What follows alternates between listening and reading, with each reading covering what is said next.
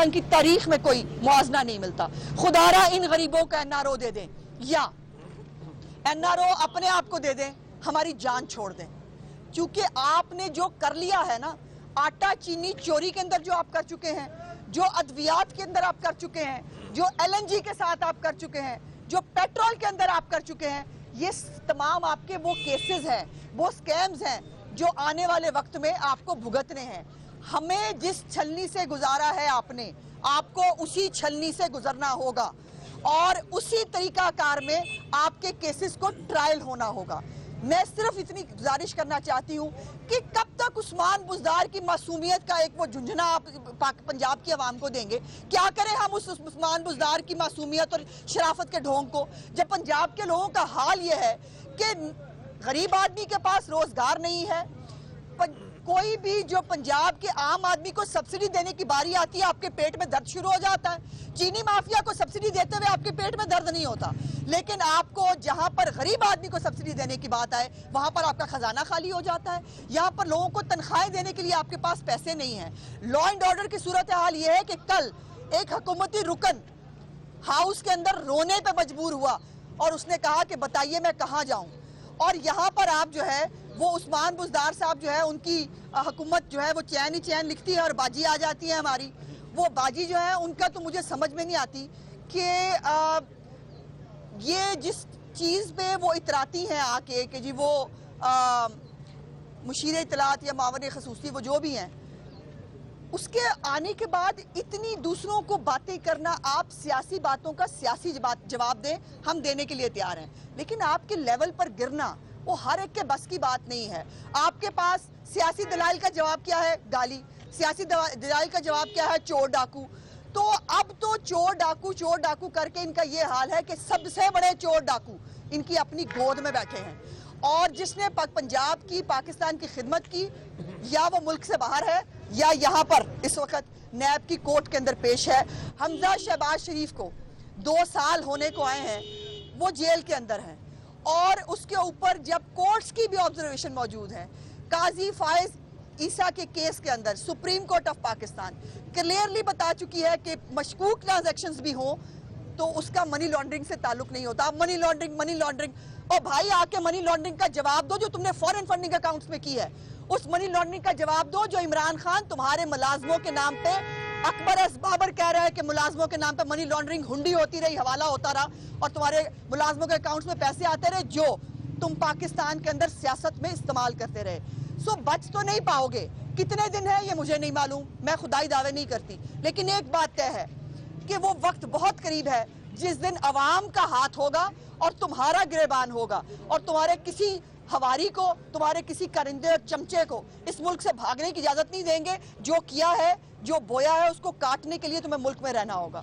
میں تھوڑا سا جی اس میں ایڈ کر دوں, ایک سیکنڈ جی.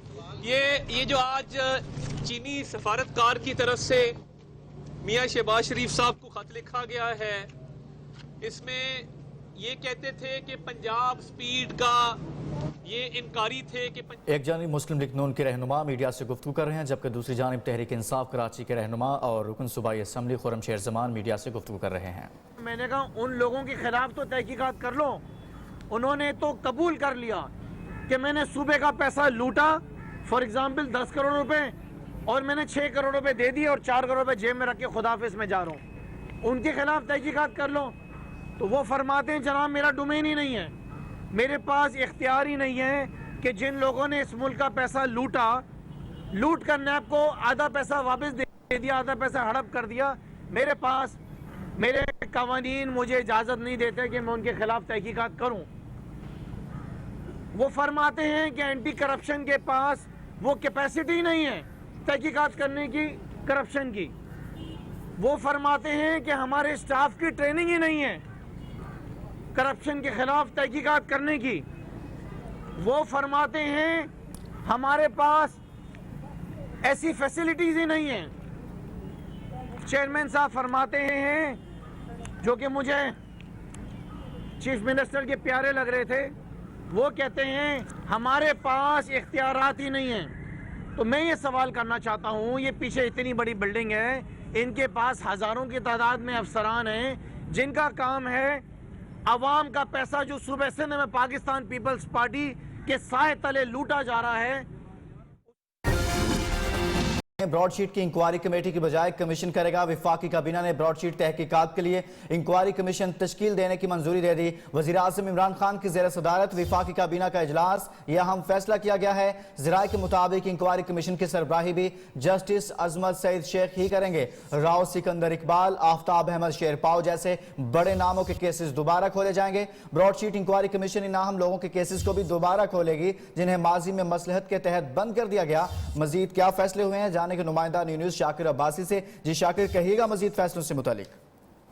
دیکھیں, آج کی کابینہ اجلاس میں براڈ شیٹ کا یہ ایشو کافی اہم تھا اور اسی حوالے سے اب جو فیصلہ کیا گیا ہے کہ براڈ شیٹ کے معاملے پر جو انکوائری کمیٹی وزیر اعظم نے بنائی تھی, اب اسے جو ہے وہ براڈ شیٹ انکوائری کمیشن کا نام دیا گیا اور کمیشن آف انکوائریز ایکٹ 2017 کے تحت اسے تشکیل دیا گیا. کابینہ نے بھی براڈ شیٹ تحقیقات کے لیے کمیشن کی تشکیل کی منظوری دی اور یہ جسٹس عظمت سعید جو انکوائری کمیٹی کے سربراہ تھے انہیں ہی انکوائری کمیشن کی سربراہ برقرار رکھا گیا.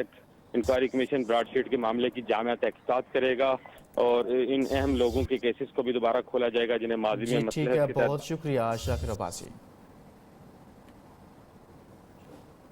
مولانا فضل الرحمان کے بھائی ضیاء الرحمان نیب پشاور کے دفتر میں پیش ہو گئے. تحقیقاتی ٹیم نے 1.5 گھنٹے تک ضیاء الرحمان سے پوچھ گچھ کی. پیشی کے بعد غیر رسمی گفتگو میں ضیاء الرحمان نے کہا کہ انہوں نے نیب کے تمام سوالوں کے جواب دیے اور تمام دستاویزات پیش کی ہیں. ضیاء الرحمان کے خلاف NAB P T C L کی ملازمت سے پروونشل مینجمنٹ سروس میں شمولیت, غیر قانونی بھرتیوں اور غیر ملکی دوروں سے متعلق انکوائری کر رہا ہے. اس خبر سے متعلق آپ کو آگاہ کر رہے ہیں کہ مولانا فضل الرحمان کے بھائی ضیاء الرحمان نیب پشاور کے دفتر میں پیش ہو گئے.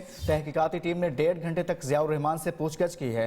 مزید تفصیلات جانیں گے اس حوالے سے نمائندہ نیو نیوز نایاب رضوان سے. جی نایاب, مزید بتائیے گا. جی بالکل, مولانا فضل الرحمان کے بھائی ضیاء الرحمان اپنے پیش ہوئے.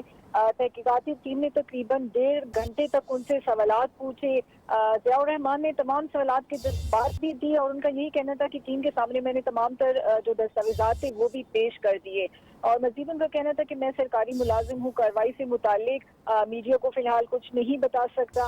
اور اس کے ساتھ ساتھ نیب نے ضیاء الرحمان کے پروونشل مینجمنٹ سروس میں شامل ہونے سے متعلق انکوائری کی. ضیاء الرحمان پی ٹی سی ایل کی ملازمت سے پروونشل مینجمنٹ سروس میں شامل ہو گئے تھے. ٹھیک ہے, بہت شکریہ نیاب رضوان, اس سے متعلق تفصیلات سے آگاہ کر رہی تھی. لاہور ہائی کورٹ میں سابق وفاقی وزیر داخلہ چودھری نثار کی جانب سے صوبائی اسمبلی میں حلف نہ اٹھانے کے خلاف درخواست پر سماعت. عدالت نے جلد سماعت کی متفرق درخواست منظور کر لی. عدالت نے لاہور ہائی کورٹ آفس کو کیس کے سماعت کے لیے شیڈول کے تحت لگانے کی ہدایت کر دی ہے. اس کیس سے متعلق مزید تفصیلات جان لیتے ہیں شعیب علی سے. جی شعیب, بتائیے گا. جی بالکل, لاہور ہائی کورٹ کے جسٹس شاہد وحید نے اس متفرق درخواست پر سماعت کی ہے. آج عدالت کے روبرو اس درخواست میں یہ موقف اختیار کیا گیا تھا کہ نمائندوں کا حلف نہ اٹھانا عوامی نمائندگی قانون کی خلاف ورزی ہے اور یہ اقدام آرٹیکل 2A 17 اور 25 کی خلاف ورزی ہے. ان کا کہنا تھا چودھری نثار نے صوبائی نشست پر کامیابی حاصل کرنے کے بعد تاحال پنجاب اسمبلی میں حلف نہیں اٹھایا. حلف نہ اٹھا کر انہوں نے ووٹرز کی تذلیل کی ہے اور ان کا حلقہ جو ہے وہ نمائندگی سے محروم ہو چکا ہے. انہوں نے عدالت سے استدعا کی ہے کہ چودھری نثار کی کامیابی کو کالعدم قرار دے کر وہاں دوبارہ انتخابات کروانے کا حکم دیا جائے. آج عدالت نے اس حوالے سے جلد سماعت کی متفرق درخواست منظور کر دی ہے. درخواست میں دوبارہ انتخابات کے حوالے سے استدعا کی گئی ہے. بہت شکریہ شعیب علی. آزاد کشمیر میں بھی بھارت کے نام نہاد یوم جمہوریہ کو یوم سیاہ کے طور پر منایا جا رہا ہے. مظفر آباد میں احتجاجی ریلی نکالی گئی اور فضا بھارت مخالف نعروں سے گونجتی رہی. ریلی کے شرکاء نے کہا کہ بھارت نے کشمیر میں ظلم کا بازار گرم کر رکھا ہے, بھارت سے کشمیر کو آزاد کرا کر رہیں گے. مزید تفصیلات جانیں گے اس حوالے سے نمائندہ نیو نیوز نصیر چودھری سے. جی نصیر, بتائیے گا. جی بالکل, آج آزاد کشمیر کے دارالحکومت سمیت 10 اضلاع میں جو ہے وہ بھارت کے نام نہاد جمہوریت کے خلاف احتجاجی مظاہرے کیے جا رہے ہیں. زیرو لائن چکوٹھی میں بھی مظاہرہ ہوا اور دارالحکومت مظفر آباد میں اس وقت جلد سے جلوس ریلیاں منعقد کی جا رہی ہیں اور مقررین کا یہ کہنا تھا کہ بھارت کا جو نام آج جمہوری دعویٰ کر رہا ہے وہ آج یوم جمہوریہ منا رہا ہے. کشمیریوں کی جو صورتحال ہے اس وقت مقبوضہ کشمیر پر ظلم ہٹائے جا رہے ہیں. اس وقت مقبوضہ کشمیر میں جو ہے وہ انسانی جانوں کو کسی بھی بھارت جو ہے اس کو یہ حق حاصل نہیں کہ وہ یوم جمہوریہ منائے. جی ٹھیک ہے, بہت شکریہ نصیر چودھری.